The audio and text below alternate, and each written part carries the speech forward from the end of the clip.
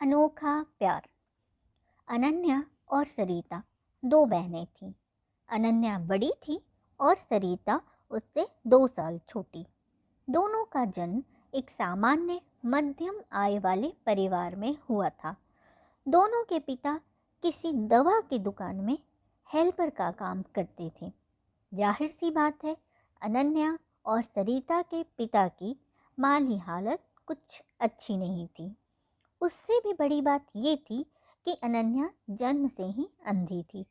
उनके पिता ने जैसे तैसे उनकी शिक्षा पूरी करवाई थी। जैसे ही दोनों की शिक्षा पूरी हुई, दोनों बहनों ने जॉब की तलाश शुरू कर दी। ऐसे ही एक दिन दोनों बहनों ने किसी बड़ी सी कंपनी में रिसेप्शनिस्ट के लिए इंटरव्यू देने गई हुई थी। वहाँ इंटरव्यू देने वालों की बड़ी सी लाइन लगी थी। अनन्या ने लोगों की बातचीत से ही अंदाज़ा लगा लिया था कि नौकरी का आवेदन करने वाले ज़्यादा हैं। वह मन ही मन नर्वस हो रही थी कि इतने आँख वालों के बीच उस अंधी लड़की को कॉल सेंटर में नौकरी कैसे मिलेगी। तभी गार्ड ने उसका नाम पुकारा और वह अपनी बहन सरिता के साथ अंदर जाने लगी। लेकिन गार्ड ने सरिता को अंदर जाने से रोक दिया। सरिता ने बताना चाहा कि उसकी बहन अंधी है, मगर अनन्या ने उसके हाथ को दबाते हुए इशारा करके रोक दिया और अकेले ही अंदर जाने का मन बना लिया। अनन्या इसी भ्रम में थी कि वह अंधी है तो क्या हुआ, उसके पास शिक्षा की आंखें तो हैं। मगर आज उसका भ्रम टूट गया। उसे कॉल सेंटर की नौकरी के लिए अनुपयोगी माना गया। वह वापस बस में अपने शहर जा रही थी। उसके आंसू रुकने का नाम नहीं ले रहे थे। वह सरिता से कह रही थी कि पिताजी ने अपना सारा पैसा मेरी पढ़ाई में लगा दिया। अब अगर मुझे नौकरी नहीं मिली तो 2 वक्त की रोटी भी नसीब नहीं होगी। उसकी ये सारी बातें उसी की सीट के पीछे बैठा सोनू सुन रहा था। वह अनन्या के पड़ोस में रहता था और मन ही मन अनन्या को पसंद करता था। मगर वह जानता था कि अनन्या कभी उसकी जीवन संगनी बनने को तैयार नहीं होगी। सोनू को समझ में नहीं आ रहा था कि वह किस तरह अनन्या की मदद करे। सोचते सोचते आखिर उसके दिमाग में एक खतरनाक विचार ने जन्म लिया। उसने घर आकर अनन्या से मुलाकात की और उससे स्पष्ट शब्दों में कहा कि मैं तुमसे प्यार करता हूँ। हालांकि मैं सुंदर नहीं हूँ और शायद तुम्हारी आंखें होती तो तुम मुझे रिजेक्ट कर देती। अनन्या की आंखों में आंसू आ गए। उसने कहा, वो पागल होते हैं जो अपने चाहने वालों को रिजेक्ट कर देते हैं। पर सोनू, मैं तुमसे प्यार नहीं कर सकती। तुम अपने लिए कोई आंख वाली ढूंढ लो। सोनू निराश होकर चला गया। कुछ ही दिनों में उसे किसी शहर में प्राइवेट बैंक में नौकरी मिल गई और वह गांव छोड़कर चला गया। समय तेजी से बदल रहा था। एक दिन गांव में एक एनजीओ आता है। एनजीओ वालों की नज़र अनन्या पर गई तो उन्होंने उसे आशा बंधाई कि उसकी आंखें ठीक हो सकती हैं। हालांकि अनन्या को विश्वास नहीं हो रहा था, लेकिन एनजीओ के लोगों के सहयोग से अनन्या को शहर के एक बड़े अस्पताल में ले जाया गया, जहां उसके आंखों का इलाज किया गया। अनन्या की आंखें ठीक हो गई। अब अनन्या दुनिया को अपनी आंखों से देख सकती थी। अब अनन्या के पास आंखें थी, एक नहीं 2, जो कि उसकी सुंदरता में 4 चांद लगा रहे थे। इस बार उसने एक एमएनसी कॉल सेंटर में अप्लाई किया और उसे 8 लाख के एनुअल पैकेज की अच्छी नौकरी मिल गई। सब कुछ ठीक था, लेकिन अब उसे सोनू की याद आ रही थी। उसने सोनू को कई जगह तलाश किया, उसके घर पर भी पूछताछ की, मगर सोनू का कहीं पता नहीं चल रहा था। दूसरी ओर अनन्या की माँ ने उसके लिए रिश्तों की तलाश शुरू कर दी थी, पर अनन्या के दिल में तो सोनू ही बसा था। अनन्या की तलाश ने अब एक मिशन का रूप ले लिया था।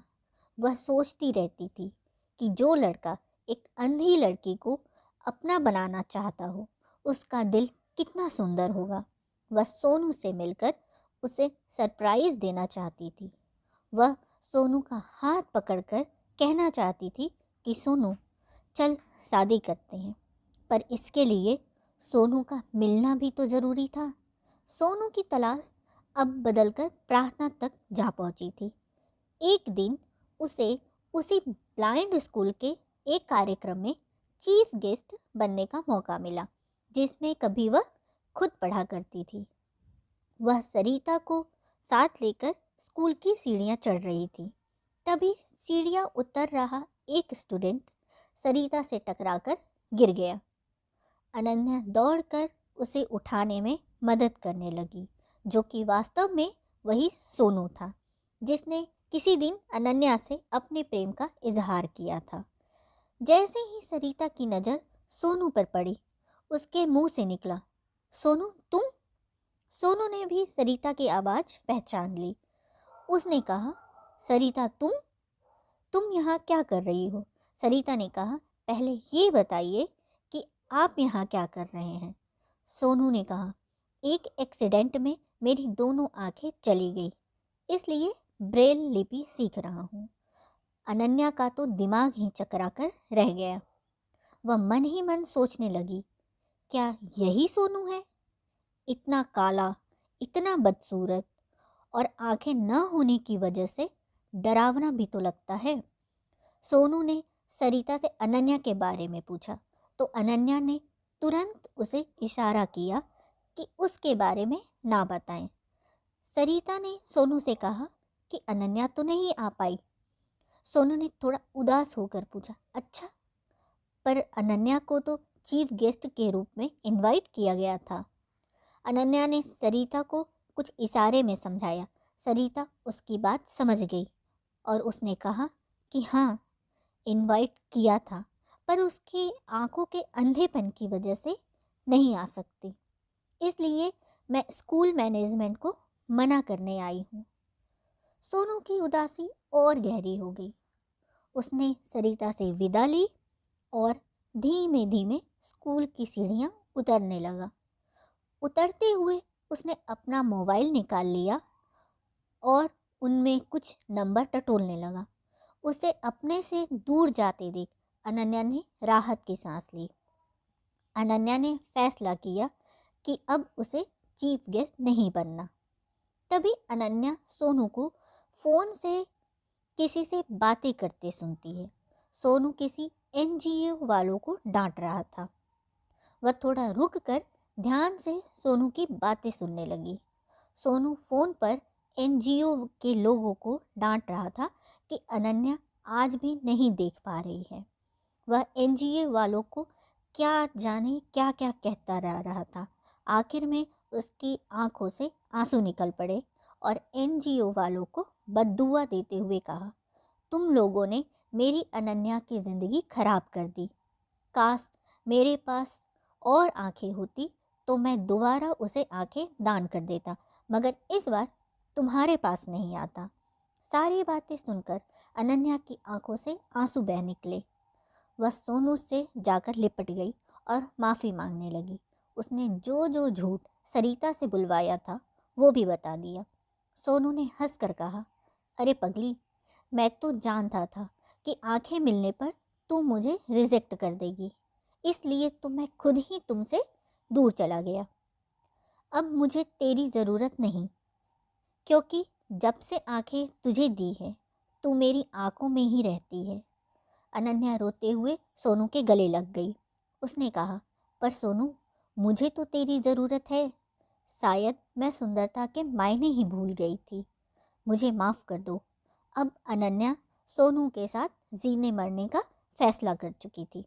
अनन्या को सच्चा प्यार क्या होता है समझ आ गया था और सोनू को भी अपना प्यार मिल चुका था।